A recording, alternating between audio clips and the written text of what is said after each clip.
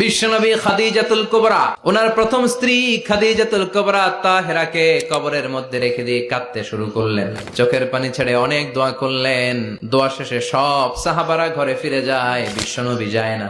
সাইয়েদনা আবু বকর বললেন, ও নবী চলেন ঘরে যাই। অনেক তো দোয়া করলেন। বিশ্বনবী বললেন, আবু বকর তুমি যাও, আমি যাব না। এইটা সাধারণ মহিলা না, এটা বিপদের দিনের সঙ্গিনী খাদিজা। মক্কায় যখন আমার কেউ ছিল না, খাদিজা আমারে ভুলে নাই। এই একটাই মহিলা, যেই মহিলাকে আল্লাহ আরশের উপর থেকে সালাম দিয়েছে, মহিলাটার নাম খাদিজা। আল্লাহু আকবার। আমার সব সন্তান আল্লাহ খাদিজার পেট থেকে দিয়েছে। ফাতিমাতুজ জোহরা খাদিজার মেয়ে, জাইনাব খাদিজার মেয়ে, উম্মে কুলসুম খাদিজার মেয়ে, রুকাইয়া খাদিজার মেয়ে, আবুল কাসেম বিশ্বনবীর ছেলে খাদিজার ছেলে, আব্দুল্লাহ যাকে তাইয়্যিব এবং তাহের নামে আমরা চিনি, সেও খাদিজার ছেলে। সুবহানাল্লাহ। ও আবু বকর, আমার এই কলিজার টুকরা প্রিয়তমা খাদিজারে রেখে দিয়ে কেমনে বাসায় যায়? তুমি যাও। এখনই মুনকার নাকির এসে খাদিজারে প্রশ্ন করবে, আমি দেখবো খাদিজা উত্তর দিতে পারে কিনা। আর প্রশ্নের উত্তর যদি ভুল করে ফেলে, কবরের উপর থেকে আমি নিজে প্রশ্নের উত্তর দিয়ে দেব।